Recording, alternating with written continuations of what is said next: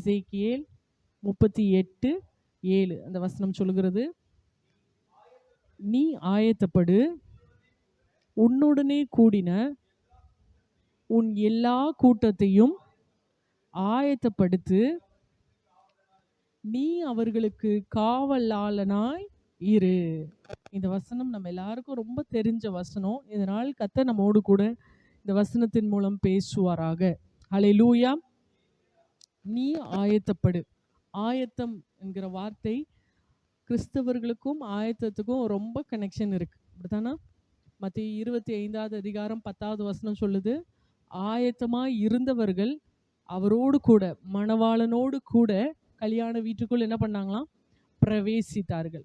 அப்ப யார் ஆயத்தமா இருக்கிறார்களோ அந்த வசனத்தின்படி பார்த்தா எந்த ஒரு காரியத்துக்குள்ள பிரவேசிக்கணும்னா நம்மளுடைய எண்ட் பாயிண்ட் வந்து பரலோக ராஜ்யத்துக்குள்ள பிரவேசிக்கணும். ஆனா இந்த பூமியில வாழ்கிற இந்த நாட்கள்ல நம்ம அநேக காரியங்களுக்குள்ள பிரவேசிக்க வேண்டியது ஒவ்வொரு மனுஷனும் நிறைய காரியங்கள் நம்ம விரும்பி பிரயாசப்படுகிறோம் அதற்குள்ள பிரவேசிக்கணும்னு. நிறைய காரியங்கள் நம்ம விரும்பல, ஆனா அதுக்குள்ள பிரவேசித்து தான் ஆகணும். ஒரு நல்ல வேலை, நல்ல ஒரு ஜாப், நல்ல கம்பெனிக்குள்ள எப்படியாவது பிரவேசிச்சிடணும்னு என்ன பண்றோம்? ஆசைப்படுறோம். இல்ல ஒரு ஒரு ஒரு வியாதியோ பலவீனமோ ஒரு மரணமோ அதுக்குள்ள பிரவேசிக்கணும்னு நம்ம ஆசைப்படுறது இல்லை. நிறைய காரியங்களுக்குள்ள நம்ம பிரவேசிக்கணும்னு ஆசைப்படுறது இல்லை. ஆனா மரணத்துக்குள்ள பிரவேசிக்க யாராவது ரொம்ப விருப்பப்படுவாங்களா? மரணம் என்கிற ஒரு காரியத்துக்குள்ள பிரவேசிக்க யாராவது ரொம்ப விருப்பப்படுவாங்களா?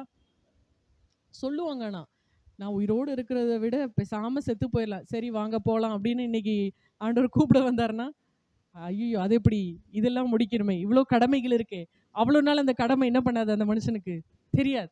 அவ்வளோ நேரம் நான் செத்தா நல்லா இருக்கும் செத்தா நல்லா இருக்கும்னு சொல்லும் போது அவருக்கு இருக்க கடமை அவருக்கு தெரியாது. ஆனால் சரி வாங்க உங்களுக்கான அழைப்பு வந்துருச்சுன்னா அன்னைக்கு தான் அவருக்கு எல்லா கடமைகளும் கண்ணு முன்னாடி வரும். ஐயோ நான் இந்த உலகத்தில் இல்லைன்னா இந்த உலகம் எவ்வளோ கஷ்டப்படுங்கிறது அன்னைக்கு தான், அந்த நிமிஷம் தான் அந்த மனுஷன் என்ன பண்ணுவார்?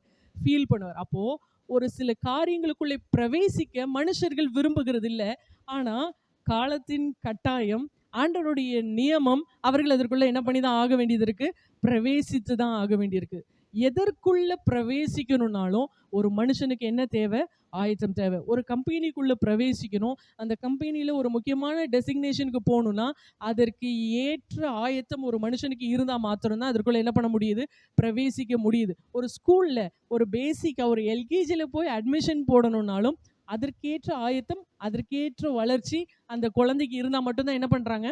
அந்த குழந்தையை அந்த ஸ்கூலுக்குள்ள அட்மிட் பண்ணுறதற்கு, ஏற்றுக்கொள்ளுகிறதற்கு அவர்கள் ஆயத்தமாகறாங்க. அப்போது உலகத்தில் மனிதனாய் பிறந்த ஒவ்வொருவருக்கும் நிறைய காரியத்துக்குள்ள பிரவேசிக்க விரும்புகிறோம்.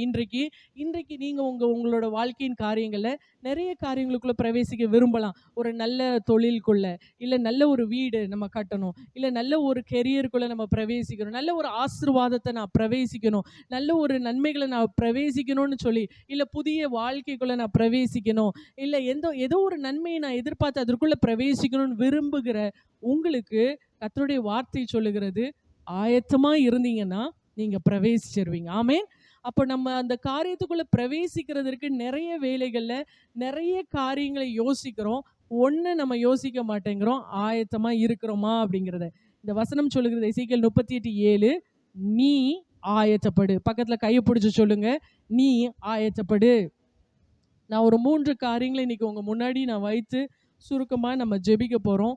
அதே எசேக்கியேல் 38வது அதிகாரத்தில் 3 வசனங்களை நான் உங்களுக்கு காண்பிக்க போகிறேன். நம்பர் 1, எதற்கு ஆயத்தப்படணும்? நம்பர் 1, 15வது வசனத்தில் வாசிக்க கேட்டோம்ல, அந்த வசனம் சொல்லுகிறது, குதிரைகளின் மேல் ஏற நீ ஆயத்தப்படும். முதலாவது எதற்கு நம்ம ஆயத்தப்படணுமா?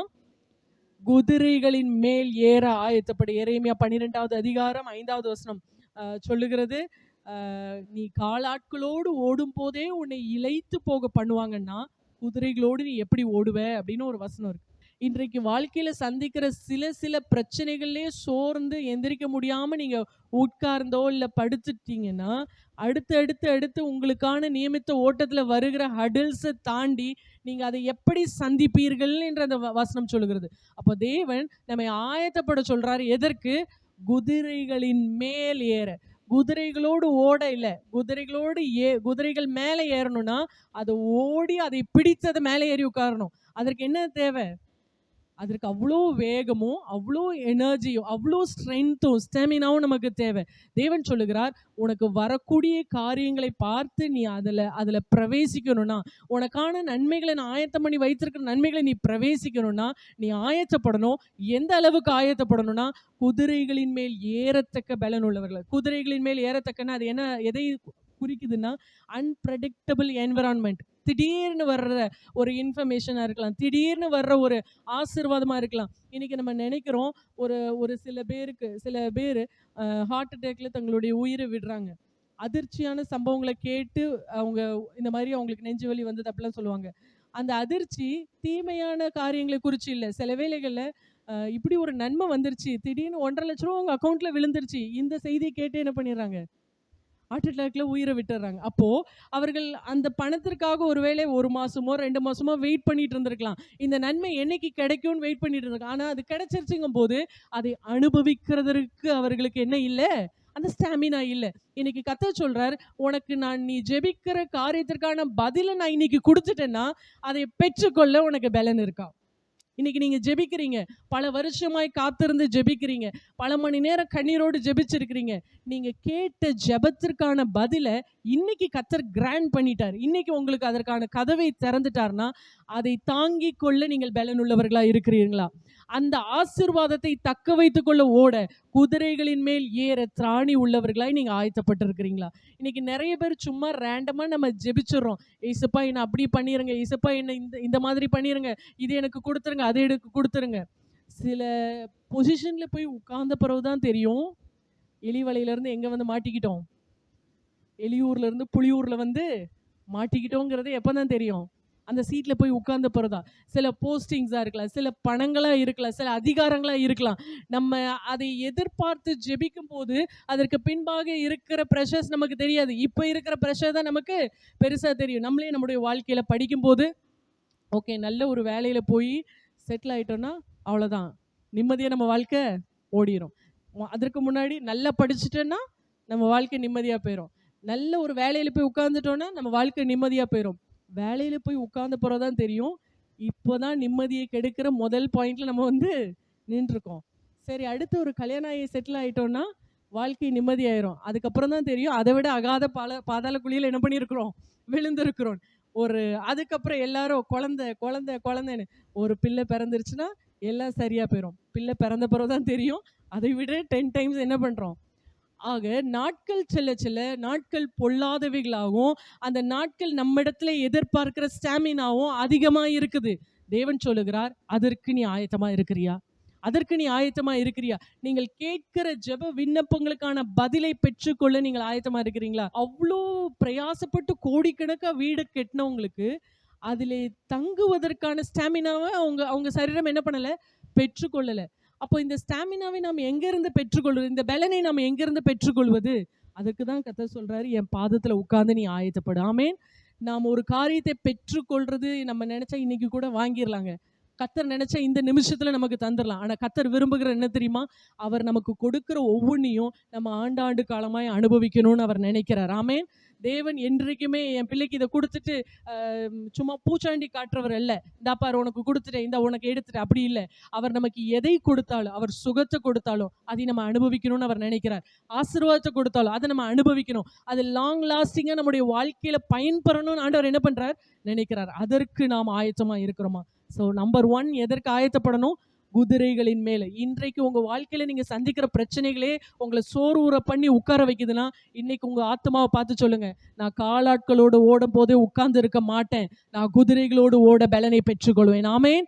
இந்த சூழ்நிலை, இப்படிப்பட்ட காரியங்களை தாங்கிறதுக்கே எனக்கு பலன் இல்லைன்னா நான் தேவ சமூகத்துல உட்கார்ந்து இன்னும் அநேக காரியங்களை குறித்து ஜெபிச்சுட்டு இருக்கேனே, அதை நான் எப்படி பெற்றுக்கொண்டு நான் இந்த உலகத்துல வாழ முடியும்? அப்ப அதற்கான பலனை நான் இந்த நாள்ல பெற்றுக்கொள்வேன். ஆமேன். எப்போ உங்க ஆத்மா உங்க ஒர்க் ப்ரெஷர்னால சோர்ந்து போகும்போது, இல்லை குடும்பத்தின் காரியங்களால சோர்ந்து போகும்போது உங்க ஆத்மாவை பார்த்து சொல்லுங்க, நான் நியமித்து நான் ஏன் பண்ணி ஓடுறேன், என்னுடைய இலக்கு ரொம்ப உன்னதமானது, இந்த சூழ்நிலைக்கே நான் சோர்ந்து போய் உட்கார்ந்துட மாட்டேன். ஆமேன்.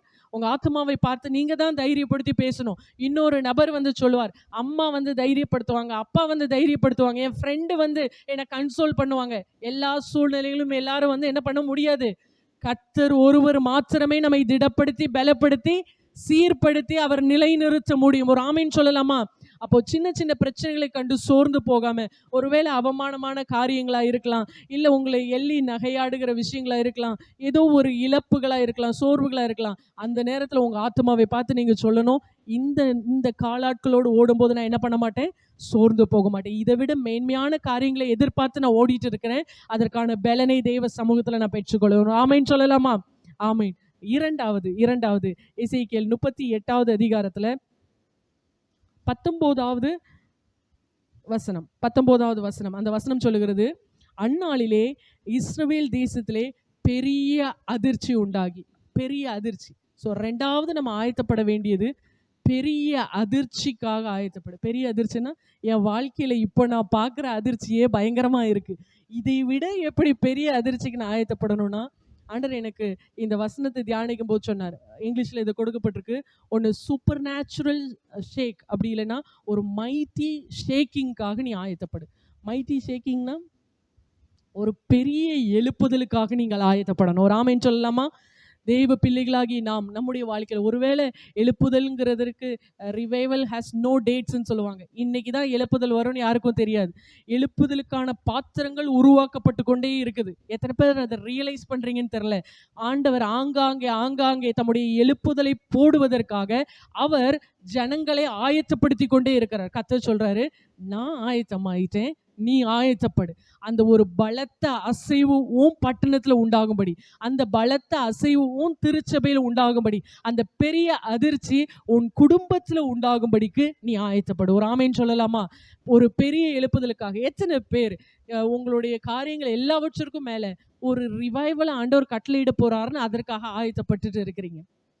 இன்னைக்கு யோசிச்சோம்னா, எழுப்புதல்ங்கிற வார்த்தையை நம்ம என்னைக்கோ ஒரு நாள் யாரோ ஒரு ஊழியர் சொல்லும் போது, ஆமா எழுப்புதல், ஆண்டவர் என்னைக்கோ ஒரு நாள் எழுப்புதலை போடுவார். யாரோ ஒருத்தங்க ஒரு பெரிய ஊழியர் வருவார், அற்புதம்லாம் நடக்கும். இல்ல, நீங்க தான் அந்த எழுப்புதலின் பாத்திரங்கள். நாம் தான் அந்த எழுப்புதலுக்கு பாத்திரமானவர்கள். ஆமேன். அந்த எழுப்புதலுக்கு கர்த்தர் சூஸ் பண்ணி அவர் ஆயத்தப்படுத்தி கொண்டு இருக்கிற பாத்திரங்கள் நாம் தான். ஏன்னா எழுப்புதல் வரும்போது இப்படி பிரபலமான ஒருத்தர் மூலமா இந்த காரியம் நடந்ததுன்னு நடக்காதான். வருவார்கள், ஜெபிப்பார்கள், அற்புதங்கள் நடக்கும், மரித்தவர்கள் எழும்புவாங்க, இயற்கைக்கு அப்பாற்பட்ட காரியம் நடக்கும். யார் இதை பண்ணானே? ஏதோ ஒரு சின்ன பொண்ணு வந்தது, ஏதோ ஒரு மகள் வந்து ஜெபிச்சாங்க, ஏதோ ஒரு தம்பி ஜெபிச்சாங்க, இப்படிதான் சொல்லப்படுமே தவிர இவர்கள் இன்னார் அவங்க பேரெல்லாம் என்ன பண்ணாதான், ரொம்ப பெருசா தெரியாதான். ஆண்டவர் யாரை கொண்டும் எவரை கொண்டும் அந்த எழுப்புதல் என்ன பண்ணுவாராம், பெரிய பெரிய அசைவுகளை உண்டாக்குவாராம். தேவன் சொல்லுகிறார், அப்படிப்பட்ட பெரிய அந்த மைட்டி ஷேக்கிங்காக நீ ஆயத்தப்படு. ஒரு ஆமேன்னு சொல்லலாமா? பக்கத்துல கையை பிடிச்சு கேளுங்க, நீங்க பெரிய எழுப்புதலுக்கு ஆயத்தமாயிட்டீங்களா? ஆமேன். எனக்கு தெரிஞ்சு நான் பிறந்து எனக்கு நல்ல நினைவு தெரிஞ்ச காலத்திலிருந்து அந்த எழுப்புதல் பேசுகிற வார்த்தைகளையும், எழுப்புதலுக்காக ஜெபிக்கிற ஜெபங்களையும், எழுப்புதலுக்காக ஒவ்வொரு ஜனங்கள் பண்ணுகிற தியாகங்களையும் நான் கேட்டுட்டே இருக்கேன். அப்போ 30 வருஷமா கர்த்தர் இந்த உலகத்தையும் விசேஷமா நம்ம தமிழ்நாட்டையும் எதற்கு ஆயத்தப்படுத்திட்டு இருக்கிறாரு? ஏன் நினைவு தெரிஞ்சு எழுப்புதலுக்கு ஆயத்தப்படுத்திட்டு இருக்கிறாரு. அந்த எழுப்புதல் ரொம்ப தொலைவில் இல்லை. ஆண்டவருடைய வருகையின் அடையாளமே நம்ம இவ்வளோ துல்லியமாய் பார்த்து கொண்டு இருக்கிற காலத்துல ஆண்டவர் வருகைக்கு ஆயத்தப்படுவதற்கு முன்பதாக அந்த பெரிய அசைவுக்கு நாம் ஆயத்தப்படணும்னு கர்த்தர் விரும்புகிறார். ஆமேன். ஆண்டவருடைய வருகைக்கு முன்பதாக கர்த்தர் செய்ய போகிற ஒரு பெரிய காரியம் என்னன்னா, இந்த தேசத்துக்குள்ள அவர் எழுப்புதலை அனுப்ப போறார். அந்த எழுப்புதலுக்கு எத்தனை பேர் நம்ம ஆயத்தமா இருக்கிறோம்? இந்த நாள்ல இருந்து இந்த வசனத்தை வச்சு நீங்க ஜெபிக்க ஆரம்பிங்க. நீ ஆயத்தப்படு. நம்பர் 1, ஆண்டவர் நீங்க ஜெபிக்கிற காரியங்களை தந்தா அதை பெற்று அதை அனுபவிக்க நீங்க ஆயத்தமா இருக்கிறீங்களா? குதிரைகள் மேல ஏற ஆயத்தமா இருக்கிறீங்களா? இல்லை இப்போ குதிரைகள் ஒரு காரியத்தை எப்படி தாண்டி செல்லணும் நீங்க பார்த்துருப்பீங்கன்னு நினைக்கிறேன். ஒரு படியோ ஒரு ஹடிலையோ குதிரை தாண்டி செல்ற அழகே என்ன இருக்கும், ரொம்ப ரொம்ப அதை பார்க்கவே ரொம்ப ரம்யமா இருக்கும். அவ்வளோத்திற்கான பலனை நீங்க பெற்றுக்கொள்ள ஆயத்தமா இருக்கிறீங்களா? நம்பர் 2, பெரிய அசைவை கர்த்தர் உங்க பட்டணத்திலே தருகிறதற்கு நீங்க ஆயத்தமா இருக்கிறீங்களா? அதை குறித்த சிந்தை உங்களுக்கு இருக்குதா? அதை குறித்து நீங்க நினைக்கிறீங்களா? என்னைக்காவது ஆண்டவர் பெரியார் பாதையில் ஒரு பெரிய ரிவைவலை தருவார். இங்க நடக்கிறவங்க போறவங்க வர்றவங்க எல்லாம் ஆமென் அல்லேலூயா ஓசன்னா மாரனாதான் பேசி கொள்வாங்க. எங்க நெய்பர்ஹுட்டுக்குள்ள ஒவ்வொரு நாளும் ஜெப சத்தமோ துதி சத்தமோ ஒவ்வொரு வீடுகள் தோறும் அப்பம் பெற்கிற இந்த எழுப்புதல் எங்க பெரியார் பாதையில வரும்னு நீங்க என்னைக்காவது கனவுலையாவது யோசிச்சு பாக்குறீங்களா? இல்ல நீங்க இருக்கிற பட்டணத்துல உங்க குடும்பத்துல எல்லாரும் கூடி நாங்க நல்ல ஆவியில நிறைஞ்சு ஜெபிப்போம். எங்க குடும்பத்திற்குள்ள கர்த்தர் நன்மையான காரியங்களை எங்க குடும்பத்துல உள்ளவர்கள் மூலமா பெரிய பெரிய காரியங்களை எழுப்புதல செய்வார். இதை குறித்த ஒரு யோசனையாவது நமக்கு இருக்குதா? கர்த்தர் சொல்லுகிறார், நீ ஆயத்தப்படு. ஆமென், ஆமென். 3வது எசேக்கியேல் 38வது அதிகாரம் 22, 23 கடைசி வசனம் சொல்லுது, அக்கினியையும் கந்தகத்தையும் வருஷிக்க பண்ணுவேன். இவ்விதமாய் நான் அநேக ஜாதிகளின் கண்களுக்கு முன்பாக என் மகத்துவத்தையும் என் பரிசுத்தத்தையும் விளங்க பண்ணி அறியப்படுவேன். அப்பொழுது நான் கர்த்தர் என்று அறிந்து கொள்வார்கள். 3வது, தேவனுடைய மகிமை பிரத்யட்சமாய் வெளிப்பட நீங்க ஆயத்தமா இருக்கிறீங்களா? தேவனுடைய மகிமை பிரத்யட்சமாய் வெளிப்படுகிறது. அது எப்படி வெளிப்படும்? இன்னைக்கு நம்ம ஊழியம் செய்றோம். நிறைய பேர் இங்க நம்ம இருக்கிறவர்கள் நிறைய பேர் ஆண்டவருக்காக ஊழியம் செய்ய விரும்புகிறோம், ஊழியம் செய்றோம். தேவனுடைய மகிமை நம்ம மூலமா வெளிப்படுகிறத நம்ம எந்த அளவுக்கு பார்க்க ஆயத்தமா இருக்கிறோம்? நிறைய பேருக்கு ஆசை, உங்க தனி ஜெபங்கள் மேபி நீங்க ஜெபிச்சிருக்கலாம், ஏசப்பா நான் பாடல் பாடும்போதே ஜனங்கள் ஆவியில நிரப்பப்படணும், விடுதலையை பெறணும், சுகம் பெறணும், டெஸ்டிமனிஸை நான் கேட்கணும், நான் உங்க நாம மகிமைக்காக நான் பயன்படணும், நான் உங்க நாம மகிமைக்காக என்னை இப்படிலாம் பயன்படுத்துங்க அப்படின்னு நம்ம நிறைய பேர் நம்ம ஜெபிச்சிருப்போம். ஆனா எத்தனை பேர் ஏசப்பா என்னை பார்க்கிறவங்க என்ன மறந்துடணும், உங்களை மகிமைப்படுத்தணும்? ஆமேன்.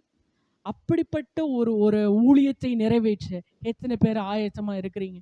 இன்னைக்கு நிறைய ஊழியத்தை செய்ய துவங்குங்க போது நமக்குள்ள வருகிற எண்ணம், நான் பாடும்போது நல்லா இருக்கணும்னா நல்லா பாடணும், நான் நல்ல மெசேஜ் கொடுக்கணும், நான் நல்ல ஜனங்கள், நான் ஜெபிக்கும் போது நல்ல ஜனங்கள் விடுதலையாகி டெஸ்டிமனிஸ் சொல்ற மாதிரி கர்த்தர் என்ன மகிமைப்படுத்தணும், என்ன உயர்த்தணும், என்ன ஆசீர்வதிக்கணும், இப்படி இதற்கு நம்ம நிறைய ப்ராக்டிஸ் பண்றோம். இதற்காக நம்ம ஜெபிக்கிறோம், எல்லாம் பண்ணும்போது இசப்பா இன்னைக்கு பாடும்போது நான் அசிங்கப்பட்டுறக்கூடாது. அப்போ நம்முடைய எண்ணங்கள் முழுக்க எப்படி இருக்குது? நம்ம பாடும்போது ஆண்டவர் நம்ம மூலமா ஏதாவது சார், நம்ம பாடும்போது நம்மை மறைத்து கர்த்தர் வெளிப்படணும்னு எத்தனை பேர் ஆயத்தப்படுகிறீங்க? ஆமென். கர்த்தர் அதை விரும்புகிறார், கர்த்தர் அதை எதிர்பார்க்கிறார். என் பிள்ளைங்க அவர்களை மறந்து என்னுடைய மகிமை அவர்களில் வெளியரங்கமாகணும். வெறும் ஸ்டேஜில் மட்டும் இல்லை, ஆன் ஸ்டேஜில் மட்டும் இல்லை, நம்ம வேலை பார்க்கிற இடங்கள்ல. கர்த்தர் யோசேப்போடு இருந்தாராம். யோசேப்போடு இருந்ததை யாரு பார்த்தா? அந்த வீட்டின் எஜமானாகிய போத்திபார் பார்க்கிறார். கர்த்தர் யோசேப்போடு இருக்கிறார் என்று போத்திபார் அறிந்து அவனுடைய வீட்டு காரியங்கள் எல்லாவற்றையும் யோசேப்பு கையில கொடுக்கிறார். இன்றைக்கு கர்த்தருடைய மகிமை உங்களுக்குள்ள இருக்கிறதுங்கிறத உங்க ஆபீஸ்ல இருக்கிற அதிகாரிகள் பார்க்கிறாங்களா? உங்க குடும்பத்துல இருக்கிறவங்க பார்க்க முடிகிறதா? உங்க சபையில இருக்கிறவங்க முன்னாடி நீங்க காண்பிக்கிறது இல்ல தேவ மகிமை. தேவ மகிமை உங்களுக்குள்ள இருந்ததுன்னா, தேவனுடைய மகிமை உங்களுக்குள்ள ஆழமாய் அது இருந்ததுன்னா, உங்க குடும்பத்துல, நீங்க வேலை பார்க்கிற இடத்துல, உங்களை சந்திக்கிற நபர், சொசைட்டியில நீங்க சந்திக்கிற ஒவ்வொருவரும் அந்த மகிமையை பார்ப்பார்கள். ஒரு ஆமீன் சொல்லலாமா? கர்த்தர் விரும்புகிறது அப்படிப்பட்ட ஒரு க்ளோரி ரிவீல் ஆகிறதற்கு, அப்படிப்பட்ட ஒரு மகிமை உன்னிலிருந்து வெளிப்படுவதற்கு நீ ஆயத்தமா இருக்கிறியா? ஆமீன். நம்மளுக்கான நேரம் ஆயிடுச்சு. 3 காரியங்களுக்கு ஆயத்தப்படணும்னு சொன்னேன். நம்பர் 1, குதிரைகளின் மேல் ஏற தேவனுடைய பலனை பெற்றுக்கொள்ளுங்க. நீங்க ஜெபிக்கிற ஜெபத்திற்கு ஆண்டவர் பதில் செய்யறது அவருக்கு ஒரு பெரிய மைட்டி மேஜிக்லாம் கிடையாது. அவர் நினைச்சா ஒரு செகண்ட்ல உங்களுக்கு தந்துடுவார். அவர் தந்துட்டா உங்களால தாங்க முடியுமா? அவர் தந்துட்டா உங்களால் இதை பெற்றுக்கொண்டு அதனால சுகித்திருக்க முடியுமா? அதற்கு ஆயத்தமாகுங்க. நான் எவ்வளோ பெரிய கோடிகளை வைத்திருந்தாலும் நீ போய் செலவு பண்ணிட்டு வான்னு ஒரு 5 வயது பொண்ணுக்கிட்ட என்ன பண்ண மாட்டேன். அவளுக்கு அதற்கென்று ஒரு வயது தகுதி வரணும்னு முட்டாள் மனுஷன் நானே யோசிக்கும் போது, வானத்தை பூமியும் தம்முடைய ஞானத்தினால உருவாக்கின கர்த்தர். ஆமென். நீங்க ஆயத்தமாயிட்டீங்கன்னா பிரவேசிச்சிருவீங்க. இதுதான் கீவேர்டு. ஆயத்தமாயிட்டோன்னா பிரவேசிச்சிருவோம், ஆயத்தமாயிட்டோன்னா சுதந்திரிச்சிருவோம். நம்ம கிட்ட ஆயத்தம் இல்லாததுனால தான் வாசல்லே நின்று என்ன பண்ணிட்டு இருக்கிறோம்? இங்கேயும் அங்கேயும் புலம்பிக் கொண்டு கதறி கொண்டு இருக்கிறோம். ஆண்டவர்கிட்ட கேளுங்க, உங்க ஜெபத்தை மாற்றுங்க. ஏசப்பா இந்த காரியம் எனக்கு தாங்கங்கிறத விட அதை பெற்றுக்கொண்டு வாழ்ந்திருக்கும்படிக்கு என்ன நீங்க பலப்படுத்துங்க. ஆமேன். இந்த நாள்ல இருந்து நம்முடைய ஜெபத்தை மாற்ற போறோம். ஏசப்பா இந்த காரியத்தை நான் கேட்டு ஜெபிச்சுட்டு இருக்கேன், எனக்கு இப்படி ஒரு வேலை வேணும்னு நான் ஜெபிச்சுட்டு இருக்கிறேன், இப்படி ஒரு ஆசீர்வாதம் வேணும்னு ஜெபிச்சுட்டு இருக்கிறேன். அது வந்தா அதை கரெக்டா ஹேண்டில் பண்றதுக்கு எனக்கு என்ன தாங்க? பலனை தாங்க. அதை கரெக்டா ஹேண்டில் பண்ண எனக்கு ஞானத்தை தாங்க, எனக்கு கிருபைகளை தாங்க. ஒருவேளை அந்த ஆசீர்வாதம் வர்றதற்கு மற்ற எல்லா தகுதிகளும் உங்களுக்கு வந்திருக்கலாம், எல்லாமே ஓகே பக்கா செட். ஆனா அந்த ஆசீர்வாதத்தை ஆண்டவர் இப்போ கொடுத்தா நீங்க ஆணவத்திலேயே ஆடி அழிஞ்சிருவீங்களா இருக்கும். பெருமையிலே என்ன யாரு என்னுடைய திறமை என்ன, அதுக்கு பின்னாடி நான் போட்டிருக்க எஃபர்ட் என்னன்னு அந்த பெருமை உங்களை அழிச்சிரும். அப்போ அந்த பெருமை உங்களுக்குள்ள இருந்து வேற இருக்கிற படுகிற வரைக்கும் அந்த ஆசீர்வாதம் உங்களுக்கு எப்படித்தான் இருக்கும்? தூரமா தான் இருக்கும். அப்ப ஆண்டவர்ட்ட கேட்கணும், ஆண்டவரே எது எது எது எது அந்த ஆசீர்வாதத்தை நான் பெற்றுக்கொள்ள எனக்குள்ள என்னென்ன ஆயத்தங்கள் நடக்கணுமோ அதை நான் மனுஷன் மேன்லியா உட்கார்ந்து நான் அதை கால்குலேட் பண்ண முடியாது. தேவ பிரசன்னத்துல உட்கார உட்கார உட்கார தான் தேவ வெளிச்சத்துல வேத வெளிச்சத்துல தான் கர்த்தர் என்ன பண்ணுவார்? வெளிப்படுத்துவார். அப்படி வெளிப்படுத்தி அவர் நம்ம ஆயத்தமாக்கும் போது ஓகே ஃபிட் அப்படின்னா ஆண்டவர் அதை என்ன பண்ணிடுவார்? நமக்கு அவர் சுதந்திரிக்கும்படி திறந்தருளுவார். ஆமேன். ஆண்டவர் சொன்னார் இஸ்ரவேல் ஜனங்களை பார்த்து, போதும் 40 வருஷம் இந்த மலை நாட்டையே நீங்க சுத்தி தெரிஞ்சது போதும், இப்போ கோ ஃபார்வர்ட், மூவ் ஃபார்வர்ட். எங்க? நான் வாக்குத்தத்தம் பண்ணப்பட்ட கானான் தேசத்துக்கு நேரா உங்கள் நடையை திருப்புங்கள். அப்போ நீங்க ஆயத்தமாகிற வரைக்கும் அந்த மலையே தான் சுத்திட்டு வருவீங்க. நீங்க ஆயத்தமாகிற வரைக்கும் அந்த பிரச்சனையே தான் சுத்திட்டு வருவீங்க. என்றைக்கு உங்கள் இருதயம் ஆயத்தமாகணும்னு நினைச்சிருச்சோ அப்பதான் வாக்குத்தத்தத்துக்கு நேரா, தரிசனத்துக்கு நேரா, ஆசீர்வாதத்துக்கு நேரா நாம் திருப்பப்படுகிறோம். ஒரு ஆமீன் சொல்லலாமா? அப்போ ஆசீர்வாதங்கள் ரொம்ப தொலைவில் இருக்கிறதுக்கு காரணம் என்ன? நம்ம ஆயத்தம் அந்த அளவிற்கு எப்படி இருக்குது? இன்னும் ரொம்ப மோர் ரெக்வயர்டா இருக்குது. நம்ம ஆயத்தம் அதிகமா இருக்க வேண்டியதுனா இருக்கிறதுனால தான் நம்ம ஆசீர்வாதம் எவ்வளவு தூரத்துல இருக்கு? அவ்வளவு தூரத்துல. நான் ஆயத்தப்பட நான் எது பக்கத்துல போறேன்? என் ஆசீர்வாதத்துக்கு நேரா போறேன். 2வது மைட்டி ஷேக்கிங்காக, ஒரு பெரிய ரிவைவலுக்காக நீங்கள் எதை செய்தாலும் இன்னைக்கு எழுதி வச்சுக்கோங்க. நீங்க வேலை செய்யலாம், படிக்கலாம், குடும்பத்துல ஒருவேளை எந்த வேலையும் செய்யல, நான் வீட்டில் தாங்க இருக்கு, என்ன காரியங்கள் வேணா செய்யலாம். ஆனா உங்களுடைய நினைவுகள்ல ஒரு நாளைக்கு ஒரு தடவையாவது இந்த பெரிய எழுப்புதலுக்கு உங்கள் பங்கு சின்ன ஜபமா இருக்கணும். ஒரு ஆமீன் சொல்லலாமா?